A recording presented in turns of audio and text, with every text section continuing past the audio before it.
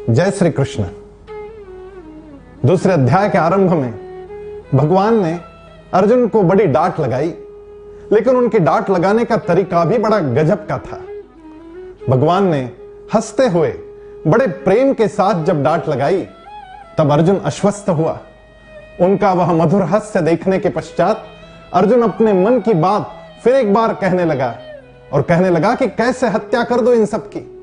गुरुन हत्वा हि महानुभावान श्रेयो भोक्तुम भैक्षमपीह लोके हत्वार्थ कामांस्तु गुरुनिहैव भुंजीय भोगान रुधिर प्रदिग्धान।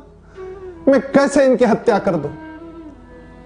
और भगवान फिर एक बार सुन रहे थे बड़े प्यार के साथ में, और उनकी वह हंसी देखकर आश्वस्त होता अर्जुन अपने आप को भगवान के स्वाधीन कर देता है, शिष्य बन जाता है और भगवान से कहता है कार्पण्य दोषो पहत स्वभाव पृच्छामि त्वां धर्म सम्मूढ़ चेता यश्रेयस्यानिश्चितं ब्रूहि तन्मे शिष्यस्ते हम स्वाधिमान त्वां प्रपन्नम। मैं अपने आप को तुझे शिष्य के रूप में स्वाधीन करता हूं।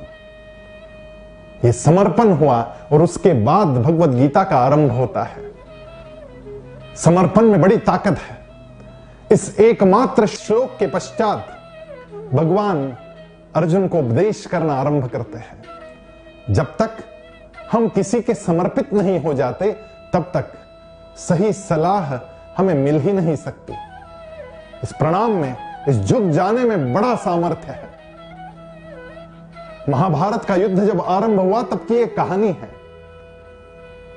पांडवों के सबसे बड़े भ्राता, सबसे बड़ा भाई युधिष्ठिर, वो जब युद्ध आरंभ हुआ तब पांडवों की सेना में रथ पर आरूढ़ थे।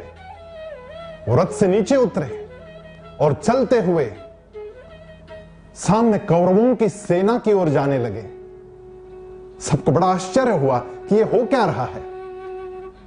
युधिष्ठिर तो पांडवों के राजा है, और एक राजा जब शत्रु की सेना की ओर चल जाए तो उसके कई अर्थ होते हैं। तो लोग दिग्मुख थे कि हो क्या रहा है। और चलते हुए युधिष्ठिर पितामह भीष्म के रथ के पास पहुंचते हैं और पहुंचकर पितामह भीष्म के चरण स्पर्श कर आशीर्वाद की याचना करते हैं, झुक जाते हैं और कहते हैं युद्ध को आरंभ करने की आज्ञा दे। उस समय भीष्म पितामह कौरवों की सेना के सेनापति है और युधिष्ठिर पांडवों के सबसे ज्येष्ठ भ्राता प्रणाम कर रहे हैं। कैसी परिस्थिति बन गई होगी। भीष्म पितामह अब कहे तो क्या कहे, लेकिन जब युधिष्ठिर झुक गया और युधिष्ठिर ने प्रणाम करके आशीर्वाद मांगे, युद्ध आरंभ करने की अनुमति मांगी, तो स्वाभाविक रूप से भीष्म पितामह के मुख से आशीर्वाद प्रकट हुआ, विजयी भव। शत्रु सेना के सेनापति सबसे बड़े भाई युधिष्ठिर को विजयी भव का आशीर्वाद देते हैं। इस विजयी भव के आशीर्वाद में ही उनकी हार छिपी हुई है। ऐसा सामर्थ्य है प्रणाम करने में, ऐसा सामर्थ्य है झुक जाने में, समर्पण करने में। और इसलिए गीता का यह श्लोक हम लोगों को सीख देता है कि हम लोगों को झुकना सीखना चाहिए।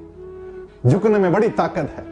और अपने से जो ज्येष्ठ है, अपने परिवारजन, हमारी माता, हमारे पिता,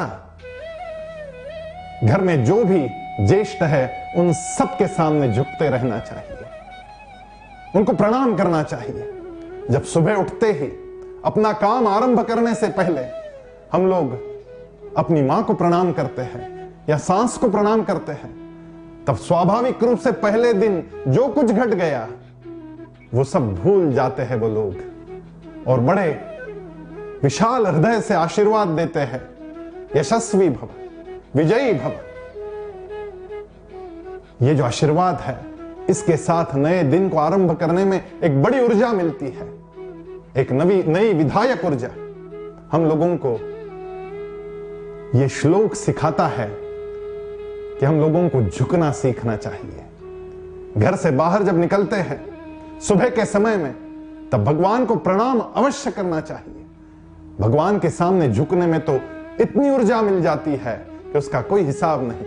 अर्जुन झुक गया और इसलिए गीता का महान उपदेश अर्जुन को प्राप्त हुआ। आइए हम भी अर्जुन की ये आदत अपने में डाल लेते हैं, झुकना सीखते हैं। जय श्री कृष्ण।